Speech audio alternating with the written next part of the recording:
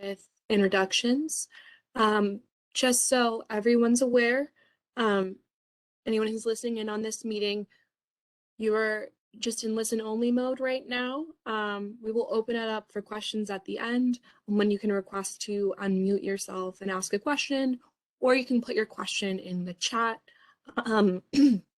Save your questions till the end. However, if something comes up and you want to make sure it's heard, you can always put it in the question box and we'll get to those at the end as well.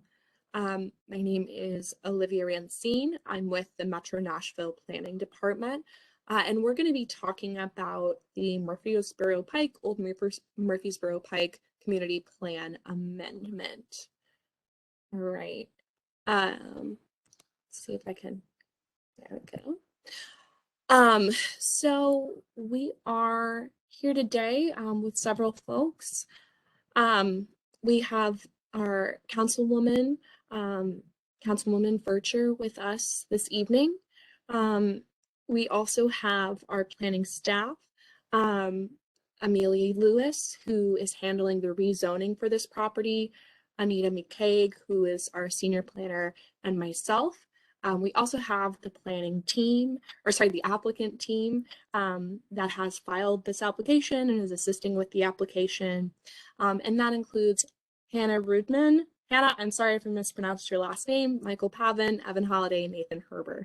Hannah and Michael are with Collier Engineering, and Evan and Nathan are with Holiday Ventures Development Group. So we're going to get started. Just as a reminder, if you have questions, you can pop them into the question box. We'll get to them at the end. You can also raise your hand at the end. All right. So we're just going to go through the agenda for the meeting. We're going to go through some background information, an overview of policy and zoning, the requested land use amendment. Then we're going to go into a brief applicant presentation, and then that'll lead into questions and discussion. We're going to leave a lot of us for questions and discussion, so don't worry, we're going to get to your questions. And again, this should just run until 7 at the latest, unless we got a lot of questions. All right, so why are we meeting? The applicant wants to change the land use policies for properties around Murfreesboro Road and Murfreesboro Pike and Old Murfreesboro Pike. And we're going to go through and talk about the proposed changes. I'll explain the process. I'm going to gather your feedback and make recommendations to the Planning Commission. Whenever you do have questions, when we get to them at the end, I'll be taking notes and we'll include that in my report to the Planning Commission. The Planning Commission will ultimately hear this application and we'll make the decision. All right. So just to go over the area that we're talking about, there are two things going on, and we're going to go into more detail because land use policy and zoning can be confusing, frankly. So want to make sure we get this straight with everyone. So the red area here is the community plan amendment area where we're changing the policy. And then the blue zone is the rezone request. The red area before Murfreesboro Pike over here is proposed to change from suburban neighborhood maintenance and district office concentration to neighborhood evolving. And then the area over here is expected to change, or is proposed to change from district office concentration to neighborhood maintenance. And then you have the blue line, which describes the rezoning. There's going to be a separate hearing for the rezoning. This is just for the underlying land use policy, which informs the rezoning, which we'll get into in a second. Just some background, so you all have it. So community planning in Nashville, we have 14 community plans. We've been doing this since the 90s as a way to kind of set the city into different regions. And our most recent update to our comprehensive plan that defined these areas was Nashville Next, which came out in 2017. Community plans help guide decision-making for the future, built and natural environments, and what we want those environments to look like for our neighborhoods. And this project falls under the Antioch Priest Lake Community Plan. So right over here. All right. So we're just another piece of background information. We're going to be talking about the Community Character Manual. The Community Character Manual is a public document that describes the different character areas within each of our areas within Nashville. And so those character areas could be suburban, they could be urban. We'll go into a breakdown of those in just a second. And they provide direction for the use of implementations tools such as zoning. And they help shape and form the character of a community. So just as an easy overview, this is a guide that we use. It's called transect. This is used commonly across cities in America. And what it does is it breaks down different land use types. So as you see, we've got anywhere from T1 open space, which would be something like Percy Warner Park or Beeman Park, something that's not meant to have any sort of density or built environment, to the most intense, which is T6, downtown. And so downtown obviously has high intensity, tall buildings, a mix of uses.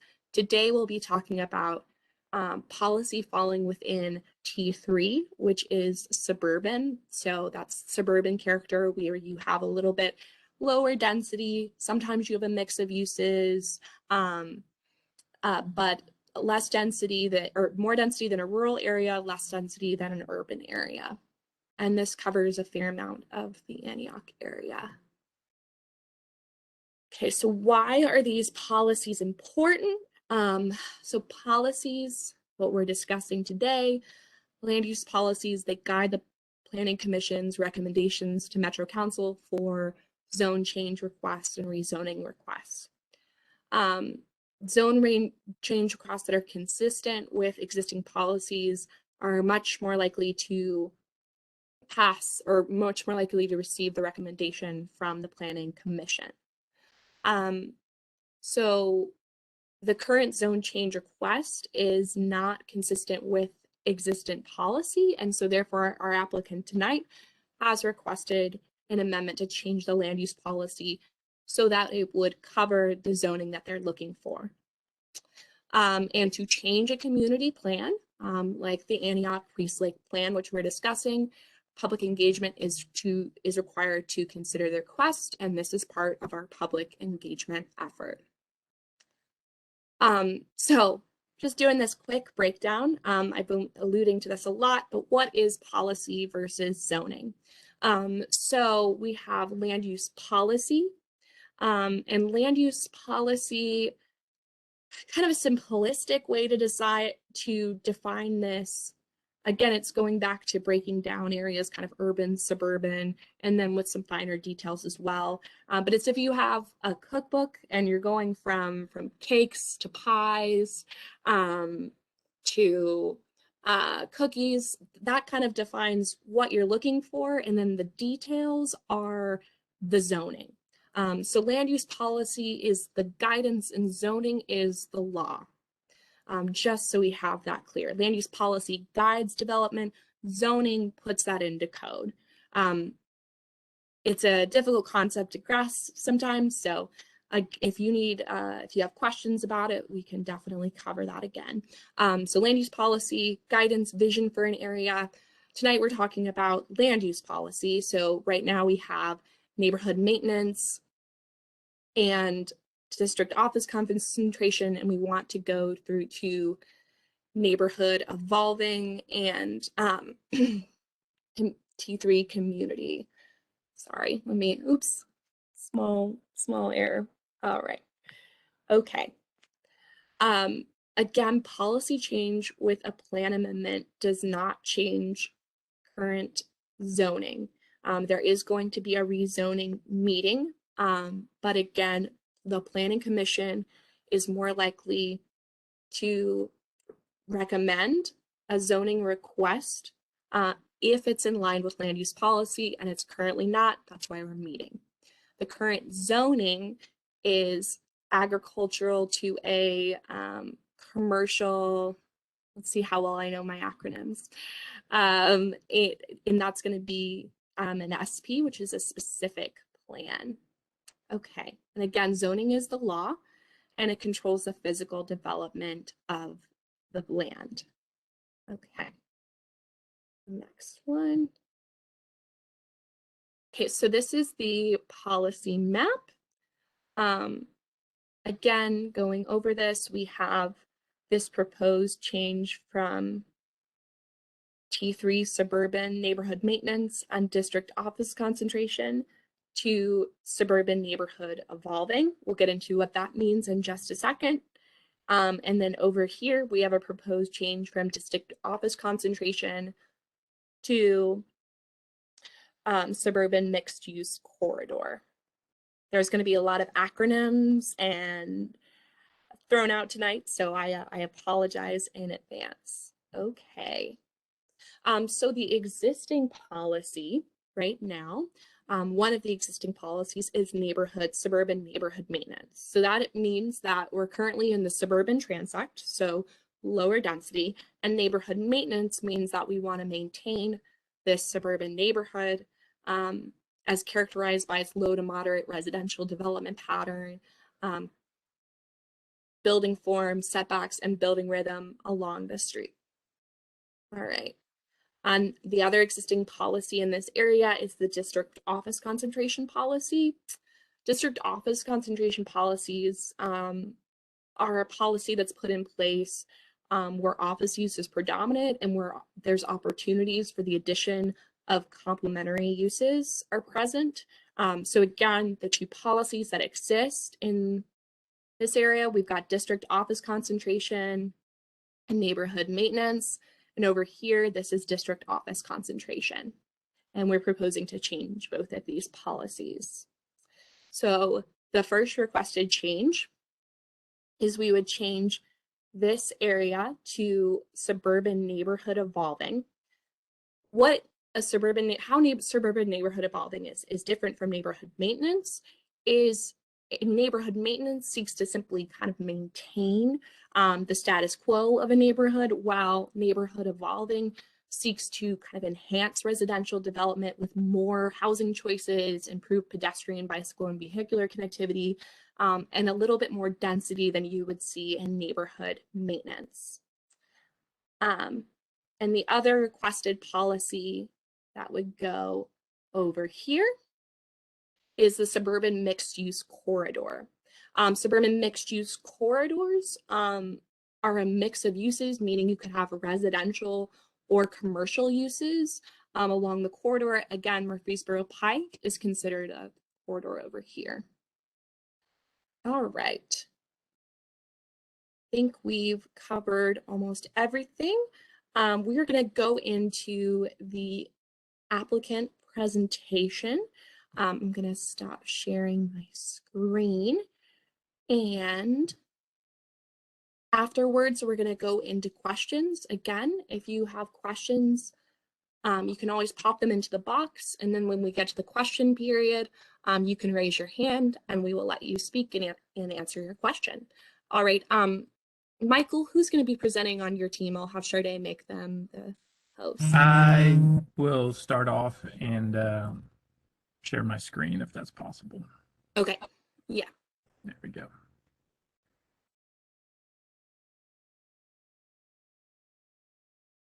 Okay. Can y'all see my screen now? Perfect. Well, thank you, Olivia. Like she mentioned before, my name is Michael Pavin. I'm a landscape architect and planner with Collier Engineering, based here in Nashville.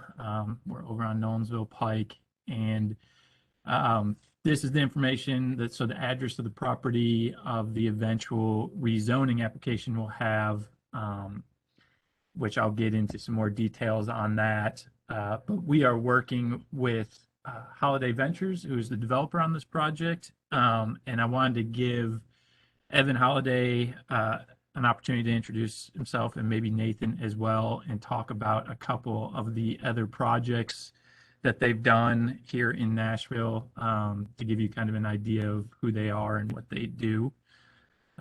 Evan, do you want to say a few words? Yes. Thank you, Michael. And thank you, Olivia, as well, and Anita and everybody for putting this on, and Councilmember Vercher. And also everybody for attending. Thank you for your time. I appreciate it. I know your time's valuable. So Holiday Ventures, we're based here in Nashville, and we really specialize in quality mixed use developments that also have sustainability to it, and a mixture of different housing types, as well as uses from commercial and retail to green space to many different living types, both for sale and for rent. And our goal really is to be, in any community we do, is to be a long-term partner. We are a long-term partner in all of the developments we do, and we always want to work hand in hand with the community. So a little preface to that, we've worked with Councilmember Vercher on this project for, I think, 2.5 years now, to get it to this point. And there's been many iterations, and also getting the community's feedback with our, I think it was January or June 26th. I want to say it was a Saturday, the last Saturday in June. We met with everybody on site, or right next to the site on a Saturday, and really didn't have any plan in mind, and really wanted to hear everybody's goals and vision for this part of Murfreesboro Pike, and this they saw that be the community, and Councilmember Bercher saw this as a way for the community. And so we took that feedback and were able to put that into our plan that we're presenting today, and part of our rezoning request. But it's just a little precedence. We have a few different projects that we have worked on. Can you all hear me okay? It's sorry, by the way, internet is out at our house, so I'm running this through my phone. So hopefully you guys can hear me okay. You're coming in and out, Evan, but you've been okay for the last like 30 seconds. So you're okay right now. We'll let you know though. Okay. Sorry about that, guys. We just had internet out for the last 24 hours. So this is Buffalo Trail. We worked with Councilmember Van Reese and the Madison neighborhood to make this project a reality. This is 240 units, as well as clubhouse and community space along the frontage, as you see there on the site plan. This next project is Shelby House. This is a mixed-use urban development in East Nashville that we just broke ground on. There is 195 units. There will be live-work units where residents can actually start their own business in the unit and actually run a business from their unit.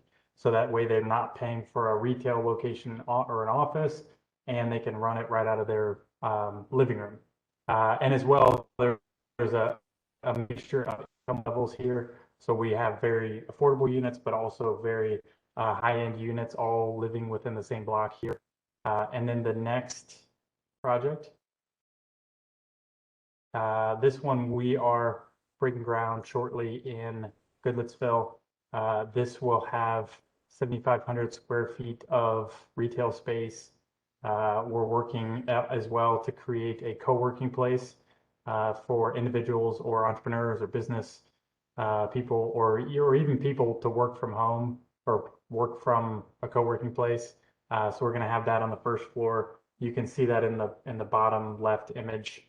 Entrepreneur center, coffee shop, restaurants, really trying to make it a true mixed use development where you can walk right outside of your doorstep and go right downstairs and grab a coffee and read the newspaper, or meet somebody for lunch, or meet somebody for dinner. And we're also implementing a sustainability strategy there. You can see on the clubhouse on the upper right, we're including solar panels, and really everything we do with sustainability in mind. So we'll be including that here on Murfreesboro Pike. And if you could go to the next one. Michael, I don't know if you want to take over here. Yeah. So this starts getting into the site that we're looking at now on Murfreesboro Pike that Olivia kind of highlighted earlier. But if you're driving down Murfreesboro Pike, this would be the property directly across the street from the 1029 radio station office, and a portion of it has the old AmSouth Bank property that is empty right now. Is that the little corner?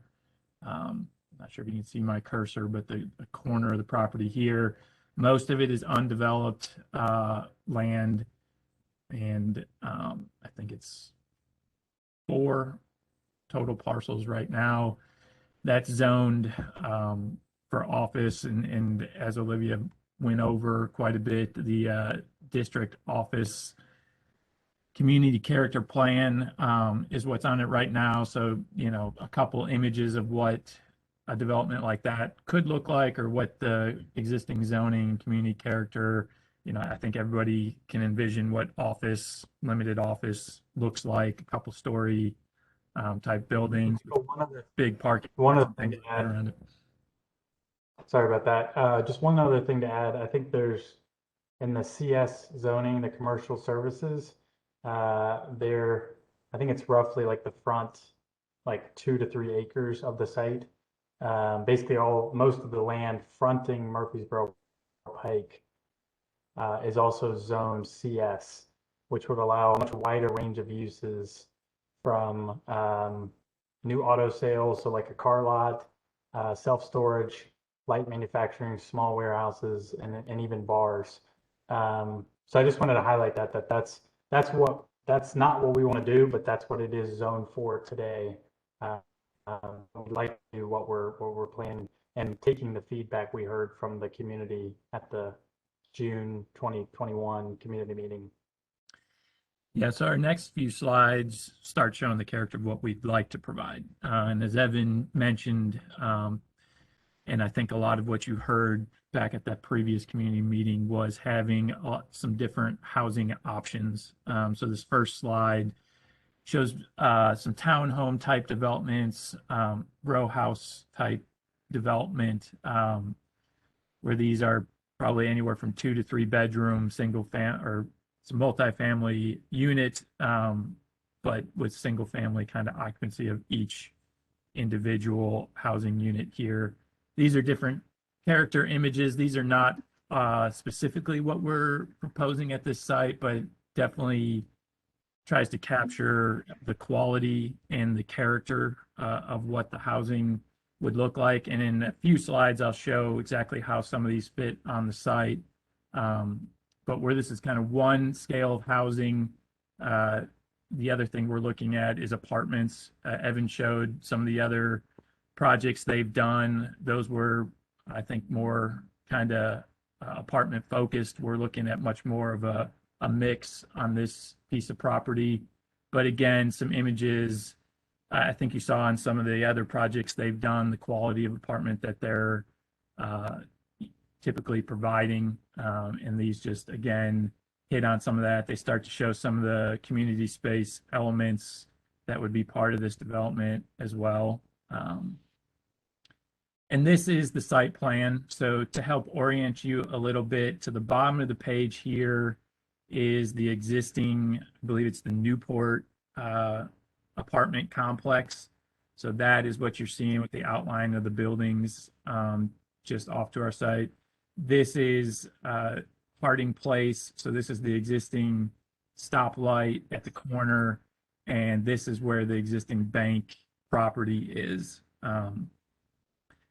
So there's really 3 different scales of buildings shown here. Out at the corner at Murfreesboro Pike, this building here would be more of a mixed use. So we envision on the first floor having some retail space, whether that's a coffee shop or something that really is more neighborhood focused as far as a commercial type use.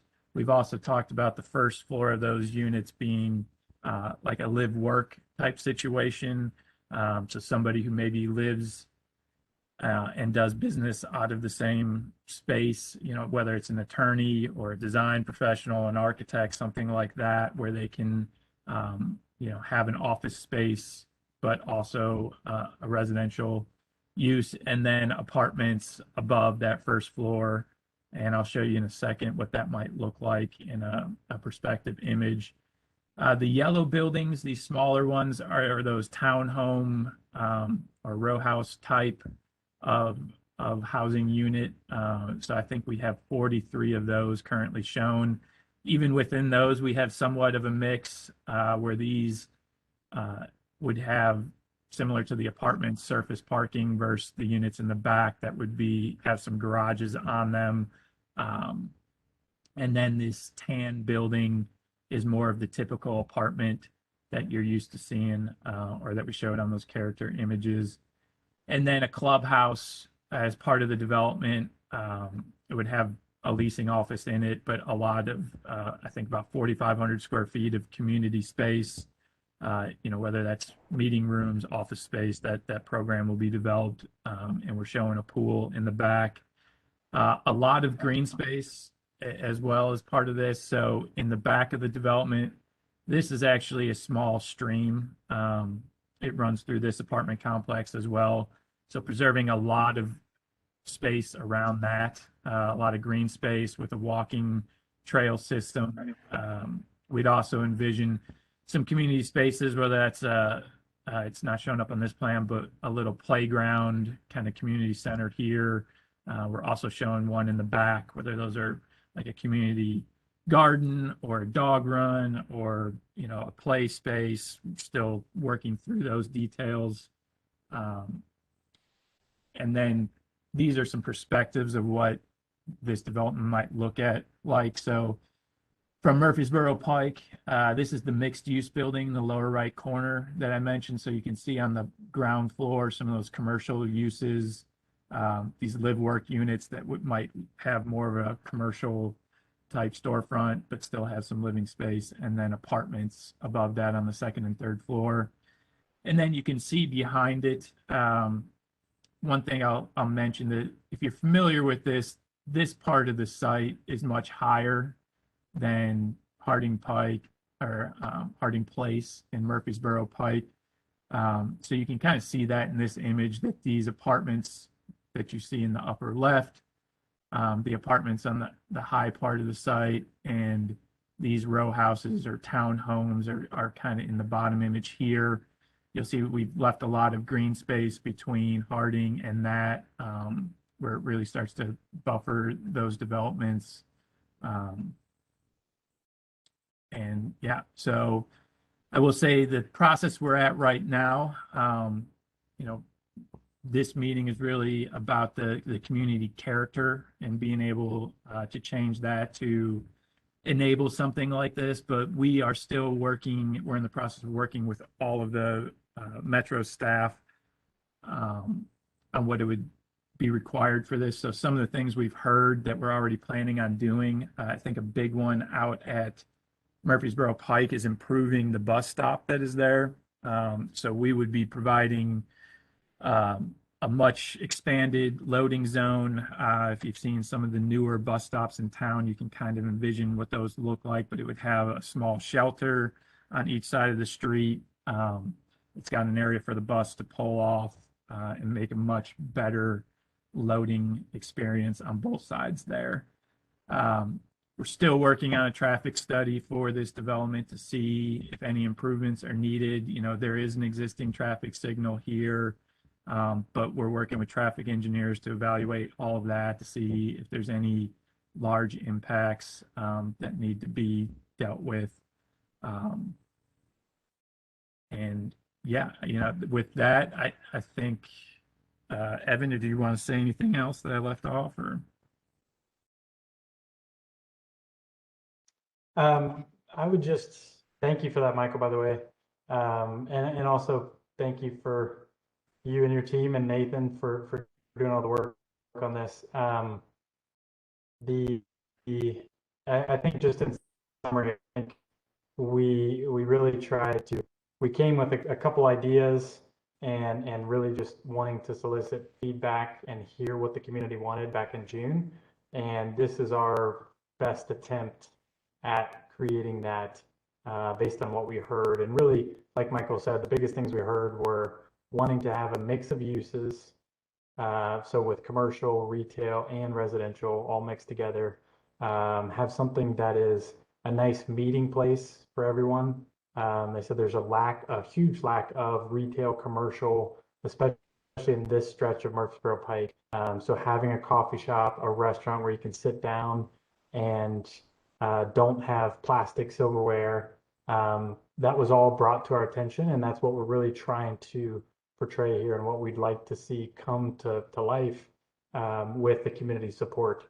So we also have what we like to call, affectionately calling affordable luxury and also for sale residential. So residents can buy their own townhome and make it their own, and also rental community where individuals can come here and, like we talked about, like be able to just walk downstairs and grab a cup of coffee from right below their apartment.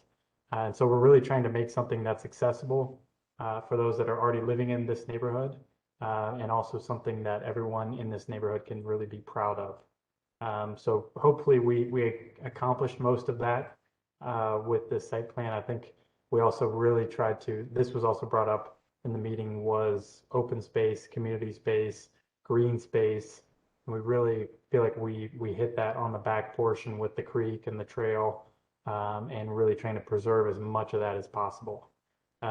So yeah, I think Councilmember Van Rees as well. She's also given a lot of input and let us know what the community needed here. And so we really tried to take all that into consideration. I think that's everything I have. Thank you, everybody.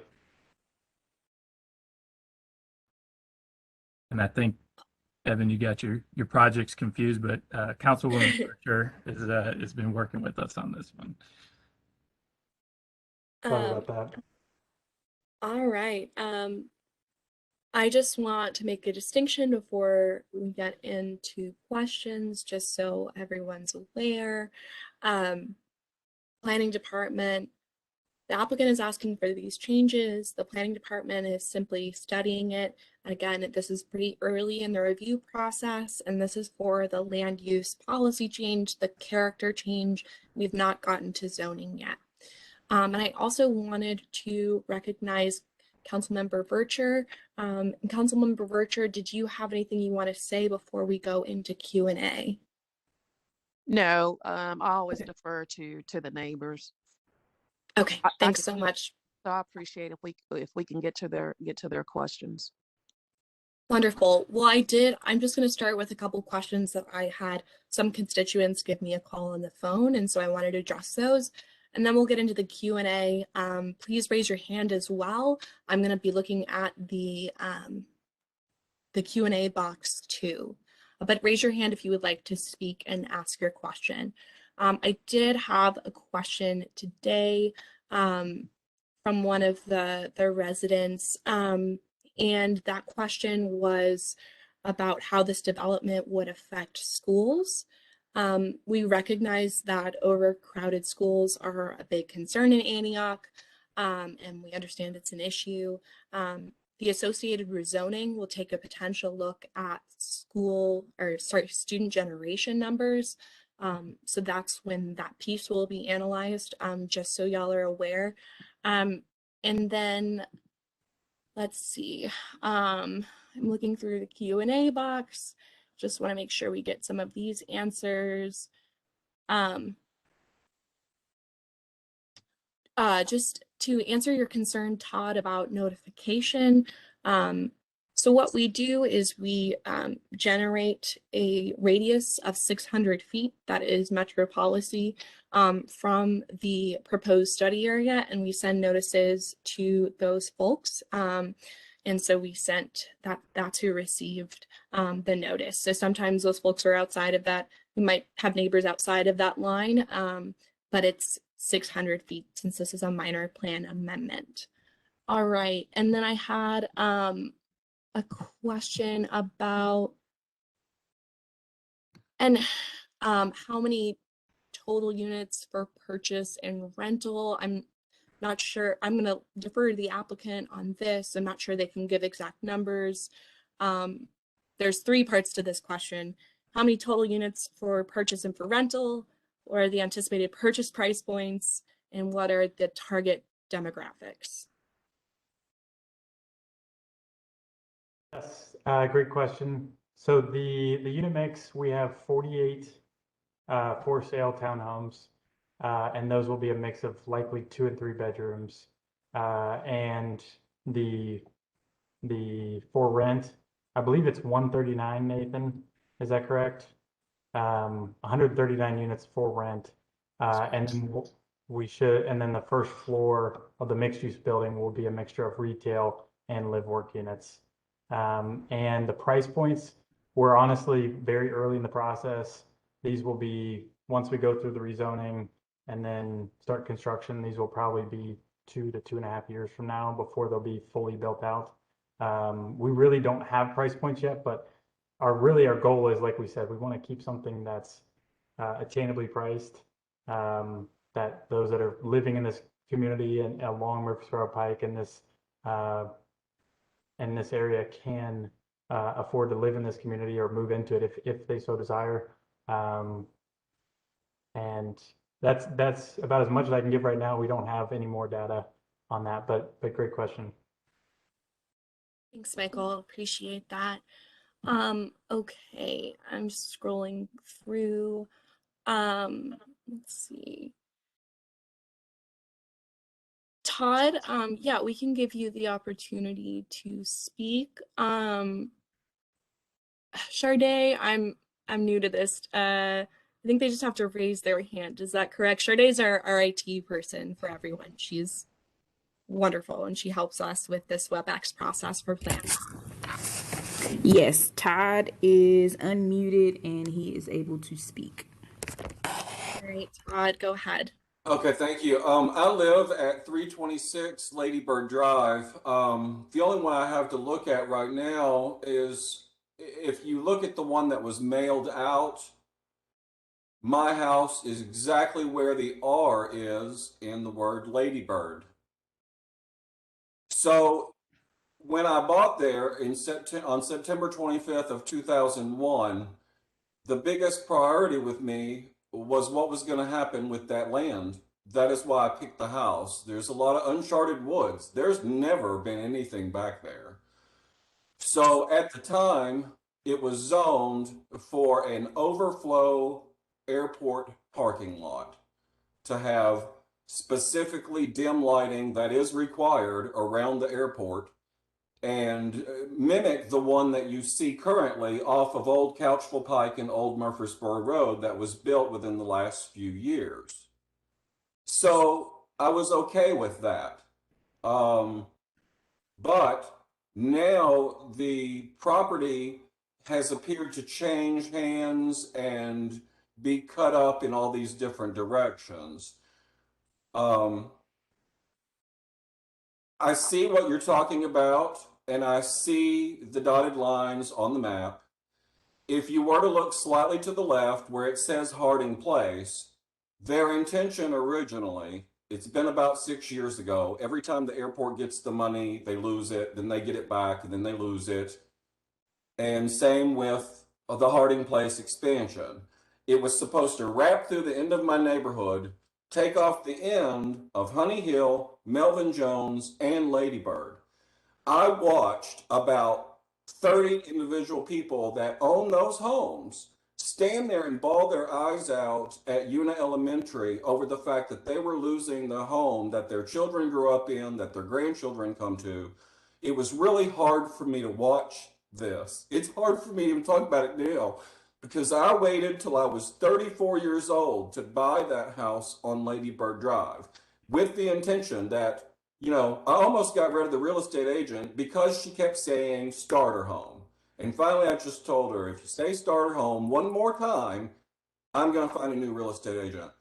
So basically what I'm saying is that home that you see there next to that R is where I plan on staying until I breathe no more. So what goes on behind me, I know I can't stop it. I know I can't change it, but I can help guide you. I think that's what this is all about. If anyone would love to stop by, like I did before I purchased the house, come by, look at the wildlife that's walking out of the woods. I take videos every single day just about of the deer that walk up in my backyard. And think about these things. Again, like I said, I know it's land, it's valuable. The little tract that you see there to the left, where it says Harding Place, recently there's been these people walking through our backyards, and they finally stopped and spoke with us right before Thanksgiving. He wants to, get this, he wants to take that piece of land. Do you see, everyone see on that little map that was printed out where it says district office concentration?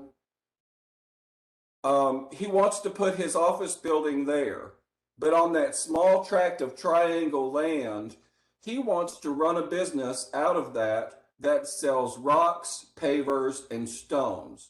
Now, we all know that that stuff is moved around on pallets with tow motors, and every time they back up, it's law. They have to go beep, beep, beep.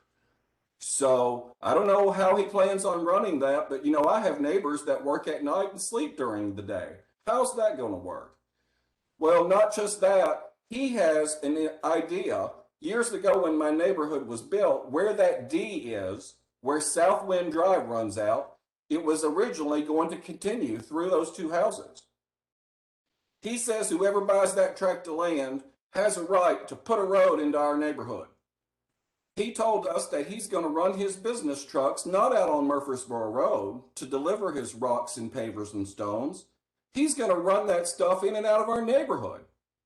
Well, you know, you got kids on skateboards and bikes, and we have all these people I have fought for 20 years. Thank you, Tanika Virchow, for getting me double lines down the middle of Southwind. It's helped slightly keep people from parking in the road, but it's a constant battle for me daily to get in and out of my street. I mean, you can barely get to my house for all the cars in the street. Anyway, I hate to vent about this. I know I can't totally protect that land, and it's not my responsibility to do so. But come out to our neighborhood, see who you're going to impact, visit with us, spend some time, look at the wildlife that's going to lose their homes. I think it's just important to familiarize yourself with who's actually living there. Now, I will tell you, I bought when I was 34. I just turned 53.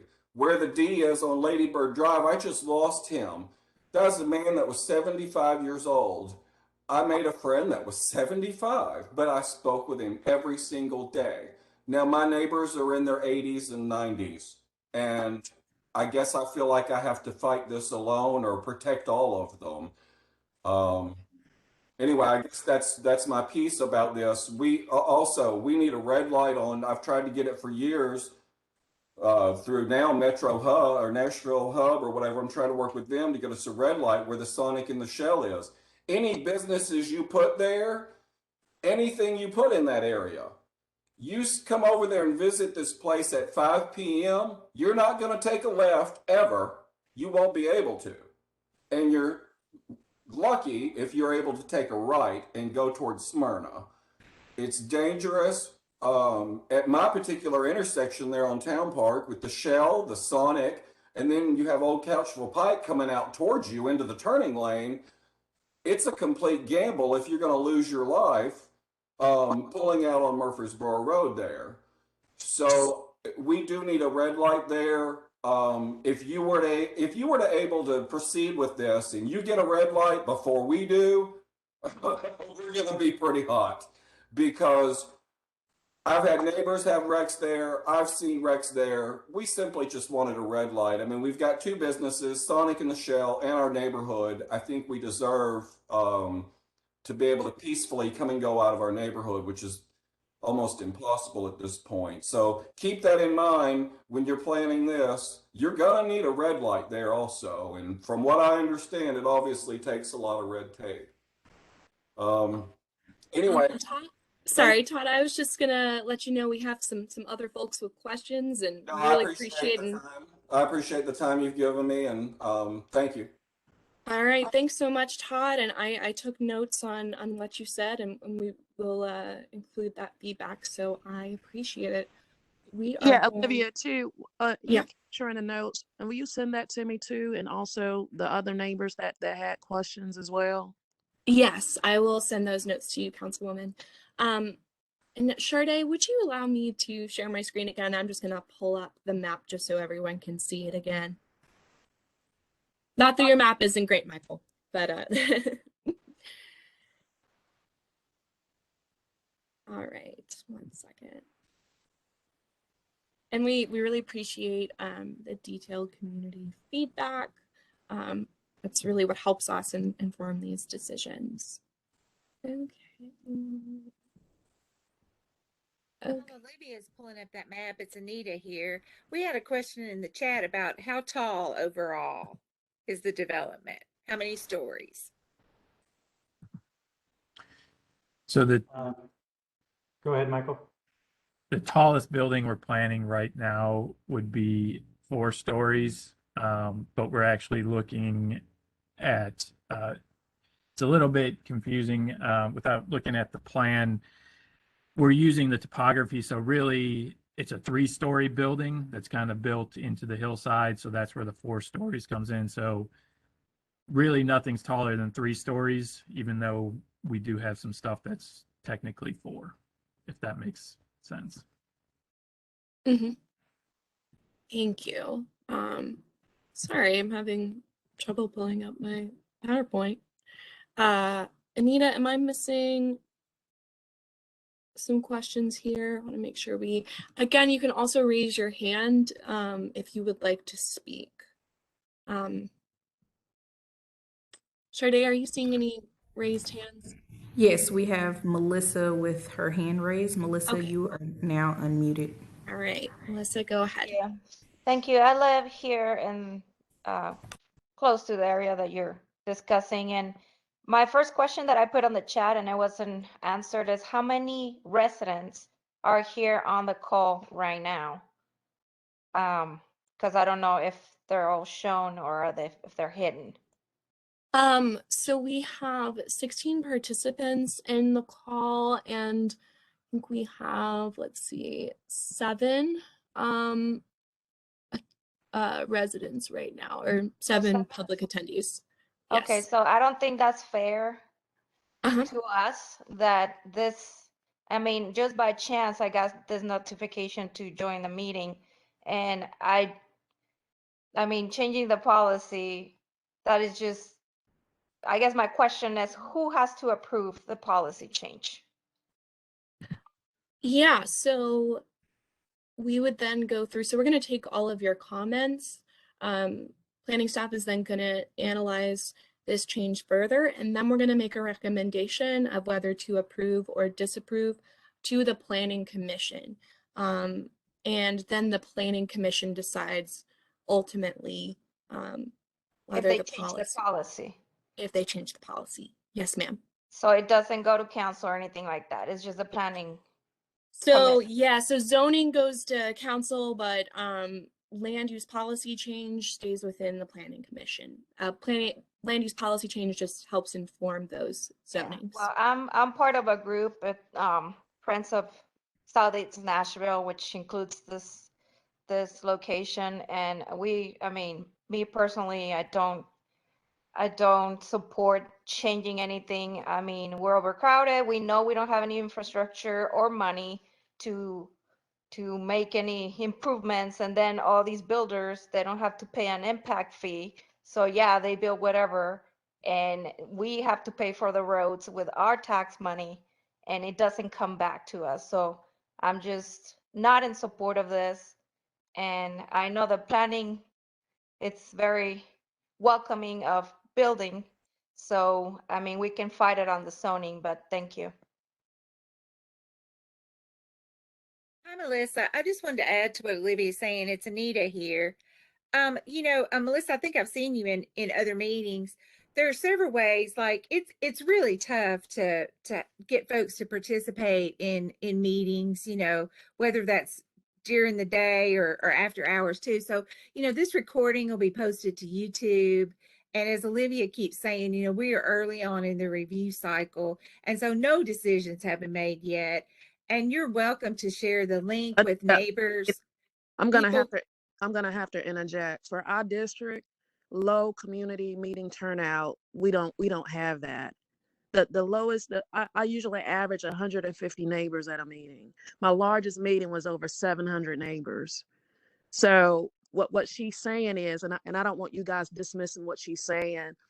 They are used to more neighbors participating in community meetings held for our district. Not speaking for anyone else's district, but specifically right. District 28. Council member, you shared notice of this meeting though, didn't you? Me the notice, the holiday, December 21st. In my email to you guys, I said, this is short notice. This is the holiday season with everything going on. Right. Yeah. Right. Absolutely. Yeah. No, it's a busy time. And council member, I'm not Melissa. I'm not trying to dismiss what you're saying at all. I live in Antioch, so I've got a lot of stake here too. What I'm saying is this is not the only meeting to participate in the process here. That people can watch the recording, they can send us emails, you all can ask to have another meeting with the applicant.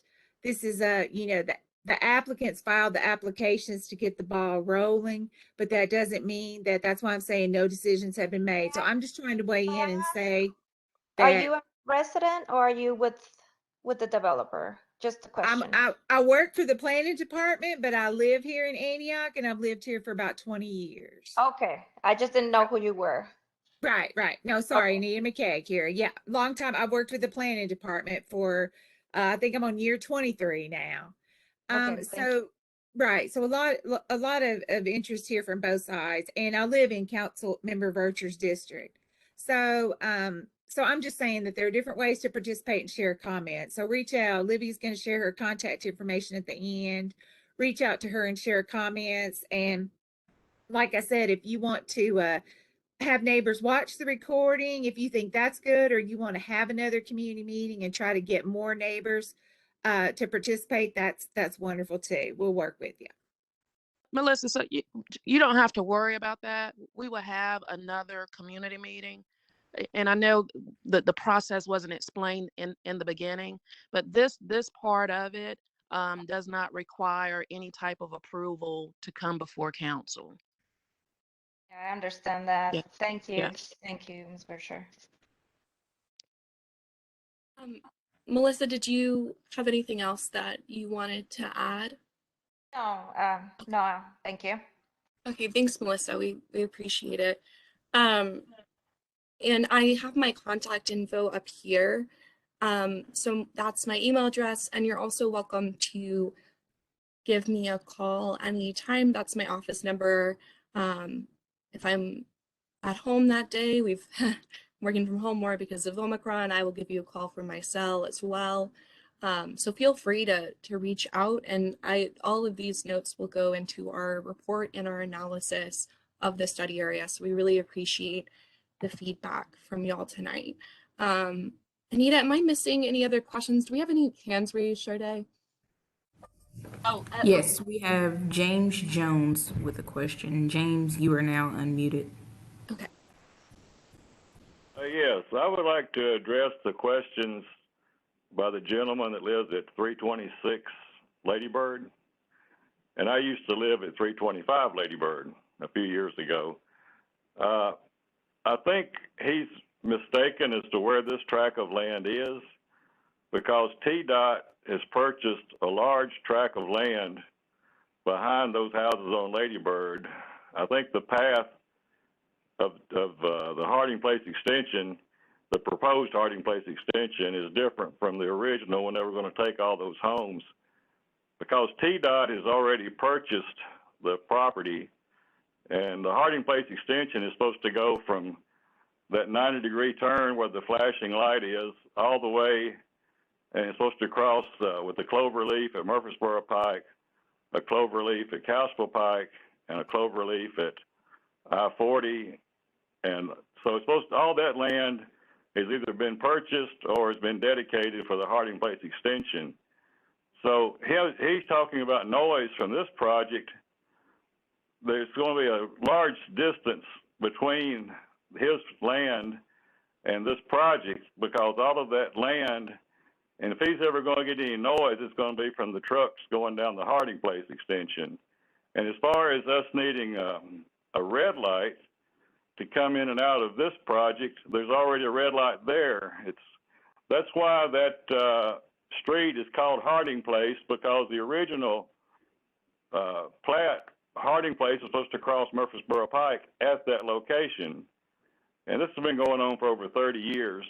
And this project has been moved several times up and down Murfreesboro Pike. But when they finally decided where Harding Place was going to go, the extension, they've already purchased all that land. And this gentleman's concerns that this project will affect him, first of all, any kind of noise, which there's not going to be commercial vehicles, but he wouldn't have any noise from this project with the amount of land between the project. And his concern about a traffic light, there's only one entrance into this project, and there's already a traffic light there. So I just wanted to answer those questions.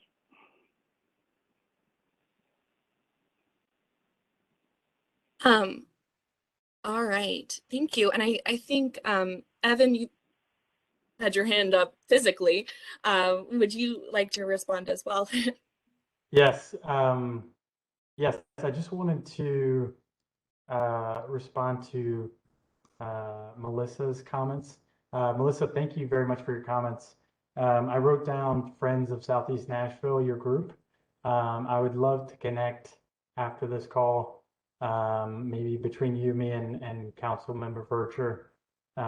We can connect further because I would love to hear your all's impact and thoughts and feedback and how we can make this better. So I don't know how, maybe I can share my contact info through Councilmember Vercher, but I would definitely like to connect further. Yeah, if you don't mind putting your information on the chat, and I'll copy your email address and such, and I'll email you, and we'll contact you from the group. Thank you. Yeah, that'd be great. Thank you, Melissa. Awesome. Okay. Is there anything else, Evan, or? Olivia, can we just go back? I want to just get into the technicals of it because it's been a while since I've looked at this. Yes, ma'am. Would you like me to pull up the map? Yeah, please. Go over that? Yeah. 1 second. And while you're pulling it up, my question is: will planning require like buffers for the trees and everything? So that would go down to the SP, and I think Amelia is on here, and she could possibly answer that question. Okay. Yeah. Hi, council member. This is Amelia Lewis with the Land Development Division, and I am reviewing the associated specific plan. And so when we received the application for the specific plan, you know, our first look is to see how the proposed plan aligns with policy. And that's kind of where how this discussion about a policy change came to be. And so right now, you know, we put the SP on hold to let this policy discussion go through, as that really kind of provides the vision for what the community and the people want to see in this area before having the SP come through. In terms of specifics like building height and buffer yards, those would be a function of the specific plan or the SP zoning on the site. So if those are things that, you know, you are concerned about when we kind of get down into the review of the SP, happy to look at those with you as well. Okay, perfect. Also, the proposed change from T3 neighborhood maintenance to T3 neighborhood evolving. Mhm. Why aren't we keeping it consistent with neighborhood maintenance on the entire track?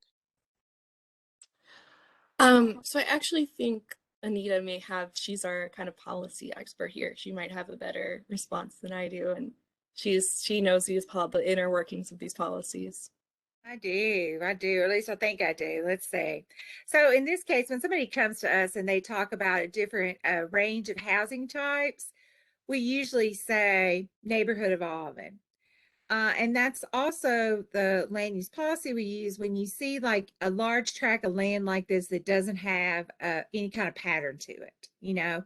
But I think you could also say, um, in this case, you also could possibly make the policy neighborhood maintenance and still have this type of development simply because of what's next door. So neighborhood maintenance policy is saying, you know, it's an established area. You know, it's a lot like the neighborhood on the other side with the residents talking about their neighborhood. You know, you've got standard lot size, you've got streets laid out, you've got, you know, houses set back a certain amount from the street. And so neighborhood maintenance doesn't mean single family homes, one house per lot. Neighborhood maintenance means a character of a certain area.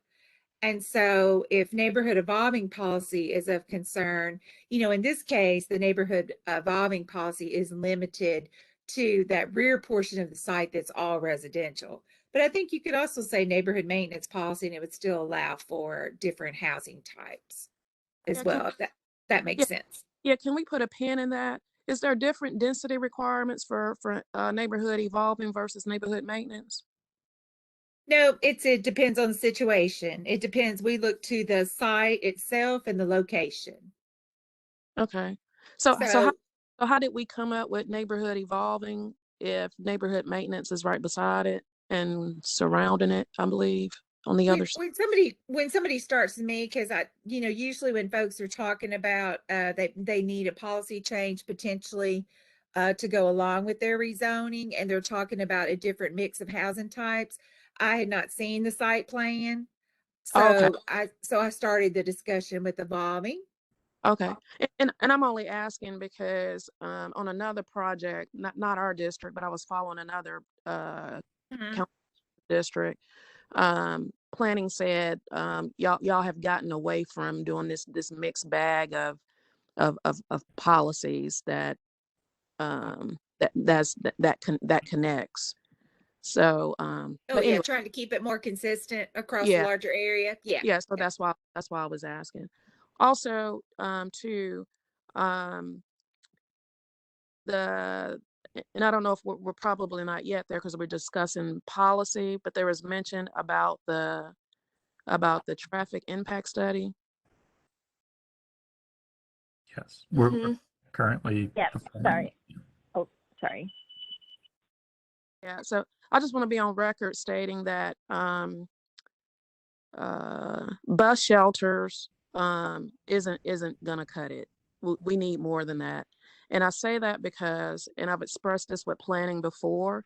We can't look at development on corridors for as in like this is the only development on the actual corridor that's coming.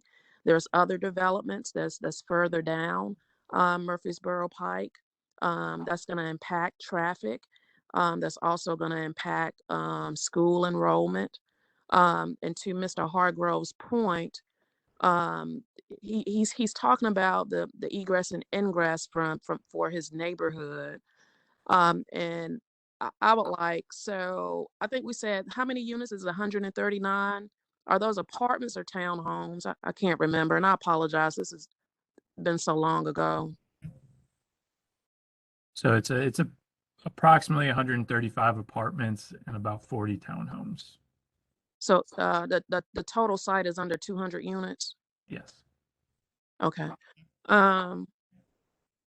For Town Park, so that light in NDOT for any improvements on that corridor, I don't foresee them doing anything on the horizon because Murfreesboro Pike is a state route. Um, Evan, I know we had talked about another access point outside of this property. What happened with that?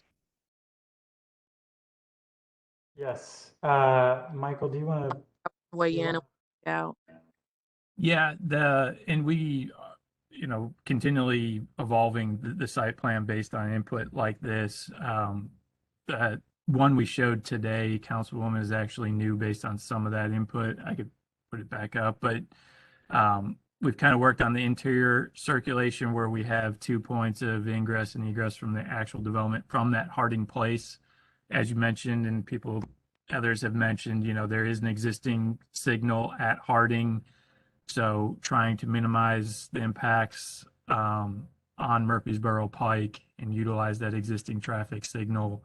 But we're also looking at the possibility of a right turn in only from Murfreesboro Pike into the development. A lot of that will have to, the outcome of our traffic impact study in coordination with NDOT will dictate what that, I think, final solution looks like. But right now, that's what we're showing. Has NDOT made any indication of another traffic light down at Town Park? We have not had that discussion with them.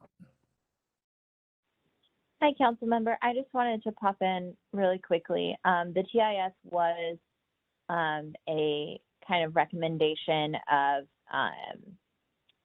NDOT with the SP development. And so that is also another reason that we asked the SP to follow behind in order to give time for that to be completed as well. Yeah, but I think it's important for us to get the zoning part right, because if the zoning part isn't right, then what's the point of changing the policy? Because we're changing the policy so that the zoning can be changed. Well, I think part of it is also what you envision for the neighborhood, because is an office concentration what you all want? That I would encourage you to think about that too. I'm not, obviously from what we've heard and what I've heard from others is the idea of creating a more neighborhood type environment along here, getting some of those services in, whether it's retail, things that benefit a neighborhood that maybe this policy would be better than what's there. If there's something else that the community envisions, I think this is a great opportunity to have some of those conversations. But from what I've heard from others, I don't know that the existing policy is the best fit for what the community wants either. So I'd encourage you to think about that as part of this as well. No, the current policy was what the community wanted, but that's changed. That's why we're here. Yeah. Yeah. Okay. Councilwoman Vercher, do you have anything else to add? I'm trying to see if we have any. Most of my questions are going to be on the SP side. Yes, ma'am. And then I think I asked Anita to put a pin in the neighborhood evolving versus neighborhood maintenance. Okay. Yeah. All right. Thank you so much for your time, Councilwoman. Do we have, I don't see any, there's some hands up now. Am I missing anyone? Olivia, put in the chat the time frame for the policy change and where it is in the process. So where we are in the process is, again, this is the earliest part of the study. This is our first public touch point.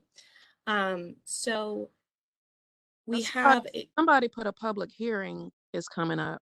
I don't know. Yes. So the Planning Commission meeting for this plan amendment is February 10th. However, if we need to make adjustments, that can be changed, and we'll obviously keep the community aware of that and keep in touch with you about those dates. And then after that would come, sorry, Anita? No, Olivia, I was just going to say that I'm hearing enough concern that February 10th might not be realistic. to go forward. Anytime, just to clarify, folks, anytime someone comes in, applies for applications at our office, to go in to be entered into the database and the system, you track towards a certain planning commission date. That doesn't mean you stay on that date. That's why we're always reminding people, don't come downtown to for sure that something's going to be heard on the agenda and things. And so, we write our staff reports a couple weeks ahead of planning commissions. So that would put us like actually writing staff report in the next couple weeks. And it sounds like there's some concerns and some more follow-up to be had. So I'm not convinced at this point that it will be heard, but as Olivia is saying, we'll work with the development and all of you all to let people know when it is. I mean, Evan, what are you thinking? Because I heard you also say you'd like to meet with Melissa and her group and talk about some things. Yeah, those questions are going to be, I can tell you, those questions are going to be on the zoning piece of it. This is the policy side of it. Okay, I was just here. I'm seeing some concern in the chat about changing the land use policy. So that's the only reason I'm saying that. Yeah. Oh, I can't see that. Yeah. It's these things are always challenging because usually when somebody talks about change, and when a property owner comes to us, their representative property owner talks about changing land use policy, usually they've got a certain development idea driving that. So they'll file for both applications. They'll apply for the policy change and a rezoning at the same time. And that's what Olivia is referencing, that when somebody applies for a land use policy change, the long range planning team, us, go out, we have a community meeting early on, get feedback. And we write as staff, then we take all that into account and write a recommendation to the planning commission. The commissioners make the final say on a policy, a land use policy change, but then they make a recommendation then to Metro Council on rezonings. And so in this case, there were enough decisions that need to be made about the land use policy that the applicant deferred the zone change and for us to have these policy conversations. So we need to be sure that we've got some of the issues moving along and things like that, because one of the things we run into is people have a lot of questions that they may not realize they have yet when a policy change is moving forward without the associated rezoning. So just like you were saying, council member, oh, I've got concerns about trees, or I hear concerns about the trees in the buffer.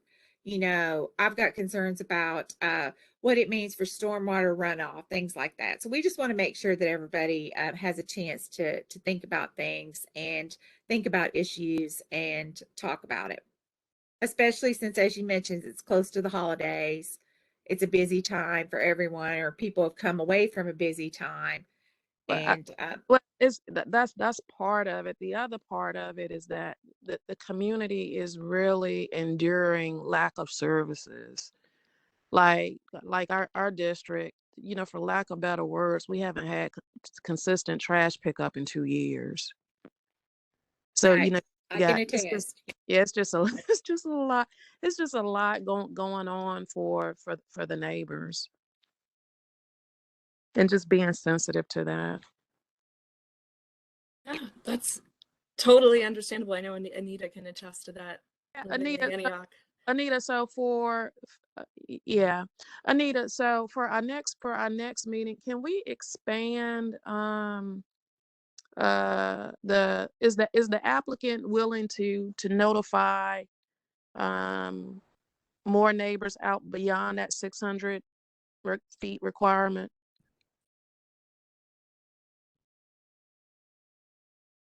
Councilmember Bercher, I would say we're open to whatever you suggest. Yeah, because the direct impact is Town Park Estates. Also, those neighbors over there off of Ezel, and also the neighbors off of Franklin Limestone. I don't think we would have to go beyond that. I'm trying to think of the senior communities. Those were the targeted when we did the pop-up meeting. Those were the targeted neighborhoods. Okay, so those were most of the people that came to the June Yeah, because 2021 they're meeting. directly, it's a direct impact. They're closest to the Right, project. Yeah, to the south. yeah. Okay, yeah, I definitely. know And that like map, you can't see it from the map, but you know, their neighborhoods are really close to where this proposal is going. right, yes, definitely, Yeah, I I don't agree. think nothing beyond Franklin Limestone Road to what's that street beside JJ Green's church? I can't think of the street, but nothing beyond I know that. what you're talking. I know where Yeah, you're talking about. yeah, Yeah. yeah. That was the boundary for the when was the meeting? 2 years ago or a year? Yeah, I Whenever. think it was June 26th, something, 2021. Yeah, okay. Okay. Um, we will definitely work on that and I'll follow up with you as well. I know, I think we don't have, I think there's not any questions that we've missed. I know, Todd, you've already spoken, but I know you want to speak again. If you could just keep it, we're already over time. If you could just keep it to under 2 minutes. And Sade, if you could allow Todd to speak. Thank you. This is addressing, I believe, Jim Jones. I never once said anything about the noise. Um, sure, that will be an issue, but that's part of life, and I'm prepared to accommodate that. But another thing that the applicant needs to understand is almost everyone in the town park neighborhood has had to at one time or tried to battle the rock quarry that's south of all of this. Um, my cars get covered on a weekly basis in fine gravel dust. Doesn't matter if I just washed it or waxed it. I can report it to Nashville Hub. I've been warned about going after it because, of course, they say that the fire marshal will come get you. So I've had some neighbors try to put fear into me about complaining about the gravel dust, but it's coating my roof, which was put on in 2011.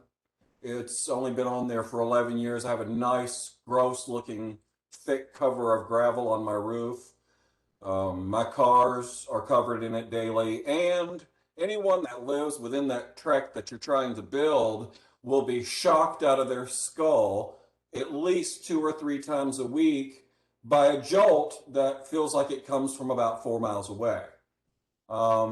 That's just going to result in more unhappy people, whether they live there or run a business there or whatever. Also, back to that business thing, we don't need a car lot, and we don't need any Cash Americas, and we don't need any pawn shops in there. Um, what Mr. Pavin was saying earlier about architects and artists and designers, what dream world are you living in that think that those kind of people are going to come to Antioch? We are now, just so you know, I have to give you a small background. I moved to Antioch Pike when I was in the 5th grade. So keep in mind everything, Hi, Todd, we're everything. already over the time for the meeting, but we really appreciate your comments and feel free to send me any more comments or give me a call. I'm Well, sorry about that. it's not right that you're cutting people off during this meeting. All these people with control have controlled the whole meeting, except for me and like one other resident got to speak. So I will just go on record and say this has been completely unfair. 600 feet notification? That doesn't even come off of the property they're asking about. It does, but it's just our typical policy. Again, we're gonna work on having a greater notification and do another meeting. So trying to address that. Hey, Olivia, We just for time yes, frame, ma'am. can we set can we set another meeting? Um, Go back to the initials. What was the first slide of the presentation for this? I want to look at that title. Sorry, got Keep it. going, keep going, keep going. There we go. Yeah, I don't think that resonates with what that is we're doing and what we're discussing. But I mean, Okay. we could have that conversation, sidebar. I just lost my words. Can we schedule another meeting like this? Um, if we do 30 days out, where would that put us? I need at least Um, I need at least 3 to 4 weeks. okay. Give me just a second to pull up the planning commission schedule. So if we did another meeting, let's see, in 3 to 4 weeks is what you're saying?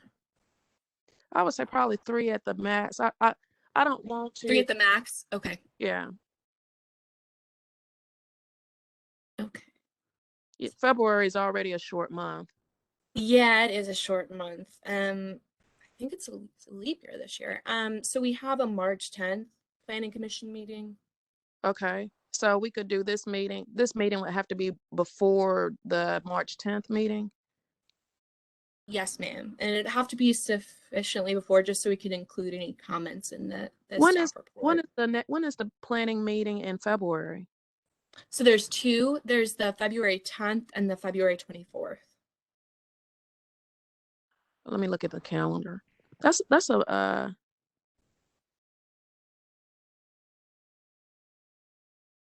so this could be on the February 24th planning commission.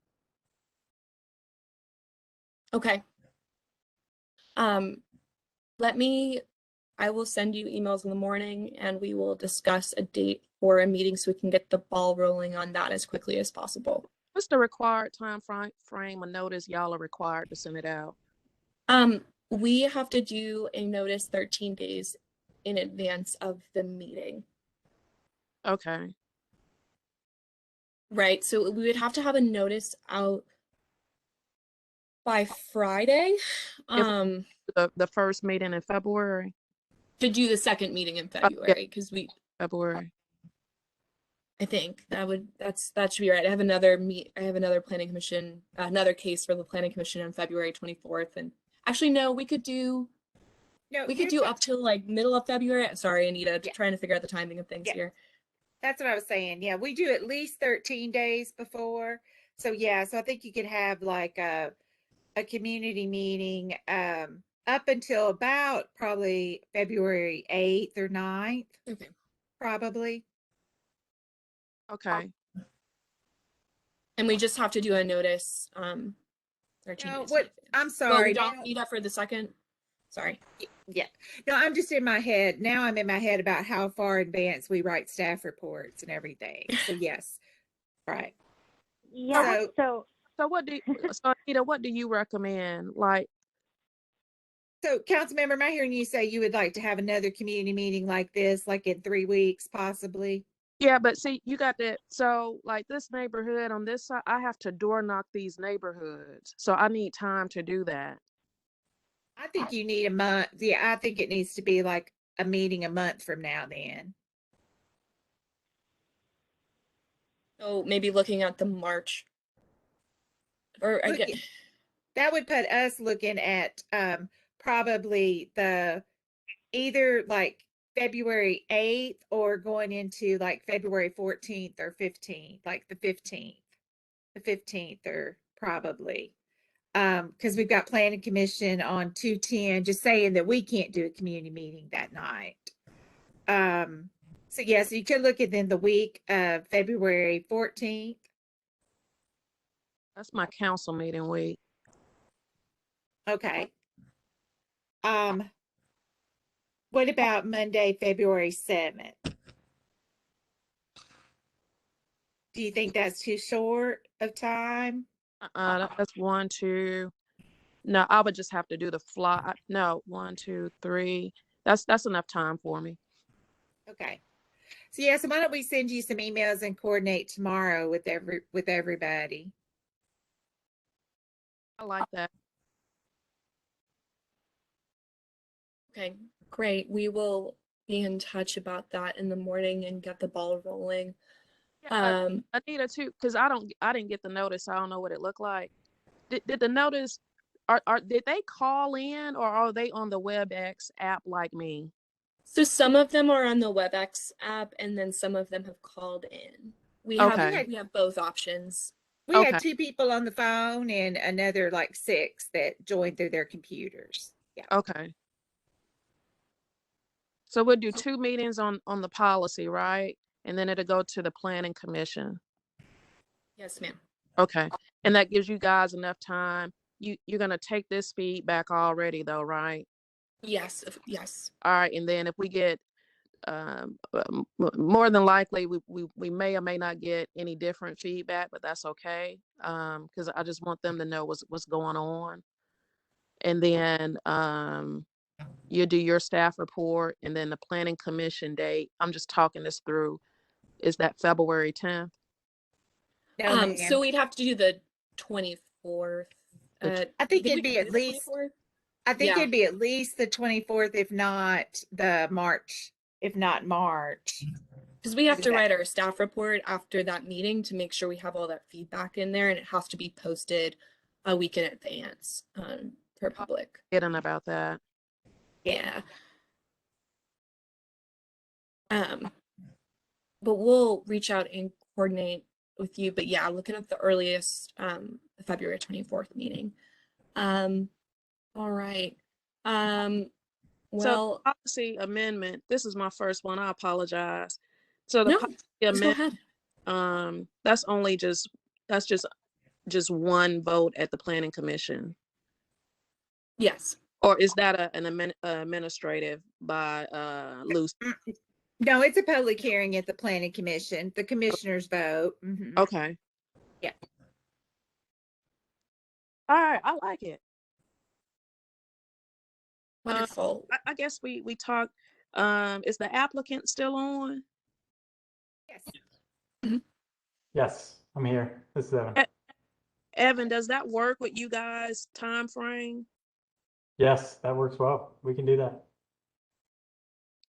And we're open, and you guys are open to expanding that boundary. Yes, definitely. Okay. Yeah, I think with Anita's help, we can Yeah, maybe Anita, try to figure out exactly what that will is. y'all work with him to get him those addresses, that boundary? Yes, Yeah, ma'am. so We'll take a look at we will that do larger. Yeah. All right. I think that's it. Hey, thank you guys so much. I know y'all work hard. Thank you, Thanks. Anita, Olivia. Who else was on here from planning? Amelia. Amelia. And of course, we have Sade from IT, who's our Thank you so much, point Charlotte. person. Awesome. Well, thank you, Councilwoman, for being here. We really appreciate your input. I think we're gonna close out. Again, just gonna display my contact information for one more. Let's see if I can. And you get this also one. put it in the chat. I also put it in the chat. But just in case you need it, that's my phone number and my email as well. Feel free to give me a call or shoot me an email with your comments.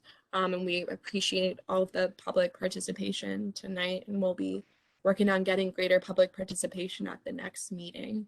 But I think we're gonna wrap up the meeting since we're already over time. But thank you all for joining us tonight to discuss. I got one more question. Yes, When would ma'am. y'all get the sample postcard done?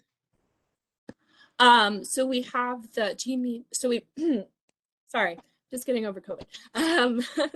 So Oh, wow. I feel like it's hitting all of us. So you mean the notice itself? So we send the notice out, and then we do the sample postcard for the planning commission meeting. So the notice, I can have a notice together pretty quickly. The postcards are sent out by our land development staff, I believe, like, what is that, like a week or two in advance of the planning commission meeting. The notice is for the community meeting, and then the postcard is for the planning commission meeting. Okay, what I'll do, I'll call you tomorrow too, because Okay. what I can do now is have them do a save the date. Okay. Yeah, so they can save the date. Yeah. Yeah, we'll be in touch about that. Awesome. Okay. Well, again, thank you everyone for coming. appreciate all the feedback, and we will continue this conversation. All right. Thank you guys so much. Thanks, Anita. Stay safe. Thank Bye. you, everyone. Thank you. Bye, everybody. Have a good night. Have a good night.